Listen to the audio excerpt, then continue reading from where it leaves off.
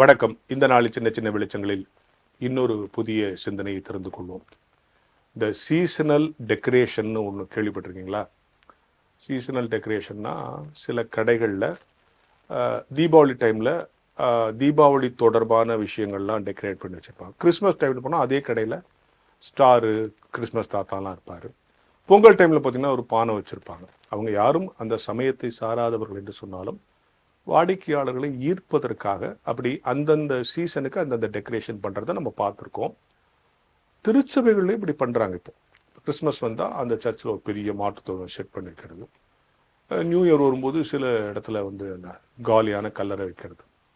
ஏன்னு சொன்னால் கிறிஸ்தவர்களினுடைய கிறிஸ்தவ நம்பிக்கைகளில் அல்லது கிறிஸ்தவ வாழ்க்கையில், ஆவிக்குரிய வாழ்க்கையில் 3 இடங்கள் முக்கியம் பெறுகின்றன. ஒன்று மாட்டுத் தொழுவம், இன்னொன்று கொல்கதா மலை, இன்னொன்று காலியான கல்லறை. இல்லையா?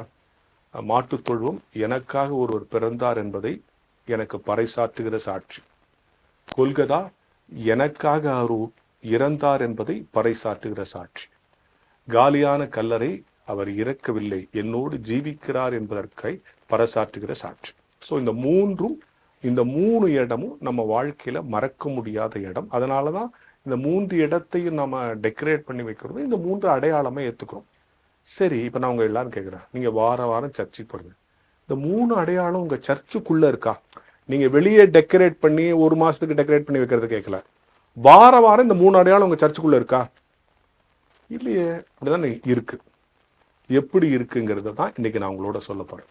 இந்த மாட்டு தொழுவமும் இந்த கொல்கதா மலையும் இந்த காலியான கல்லறையும் நம் திருச்சபையில் வேறு வடிவங்களில் அடையாளத்தப்பட்டிருக்கிறது. இப்போ மாட்டு தொழுவங்கிறது என்ன? எனக்காக ஒருத்தர் பிறந்திருக்கிறார், நான் அவரில் மீண்டும் பிறக்க வேண்டும், அவருடைய ராஜ்யத்துக்குள் நான் இணைய வேண்டும், அவர் மூலமாக ஞானஸ்தானம் பெற்று நான் மீண்டும் பிறக்க வேண்டும். அதுதான் மாட்டுத் தொழுவம் சொல்கிற ஃபுல் மெசேஜ். அதை உணர்த்துற அடையாளம் தான் ஞானஸ்தான தொட்டி. ஒவ்வொரு ஞானஸ்தான தொட்டியும் எனக்காக ஒரு பிறந்திருக்கிறார், என் பாவங்களை நீக்க ஒருவர் பிறந்திருக்கிறார், அவரில் நான் மீண்டும் பிறக்க வேண்டும் என்பதற்கான அடையாளம் ஞானஸ்தான தொட்டி. எனக்காக ஒரு பலியாகி இருக்கிறார் என்பதை உணர்த்துவதுதான் நம்ம ஆல்டர், பலிபீடம்.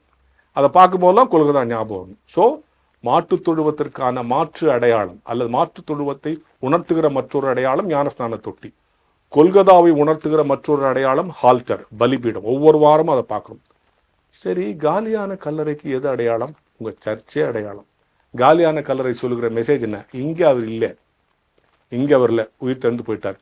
அதே மாதிரி தான் இங்கே இருந்த சர்ச்சுக்குள்ளே அவர் இங்கே இருக்கிறார், அங்கே இருக்கிறத இடங்க. அவர் உன்னோடு இருக்கிறார், வெளியே போனாலும் உன் கூட இருக்கிறார், இந்த உலகம் முழுக்க இருக்கிறார். அவர் இங்கேயே இருந்துட்டார்னா, அதான் சொல்லுவாங்க, இங்கேயே இருந்துட்டார்னா திருச்சபை என்பது ஒரு இறந்த இயேசு கிறிஸ்துவின் அடையாளம் அல்ல, அது உயிர்த்த இயேசு கிறிஸ்துவை சொல்லுகிற இடம். எனவே அந்த திருச்சபையே இந்த கல்லறைக்குள்ளேயே அவர் வச்சுக்கிட்டு இருந்தீங்கன்னா, இங்கேயே சிலையா, இங்கேயே படமா, இங்கேயே வச்சு இங்கேயே இருக்கிறீங்கன்னா, நீங்கள் யூ ஆர் மெயின்டைனிங் த கல்லறைன்னு அர்த்தம்.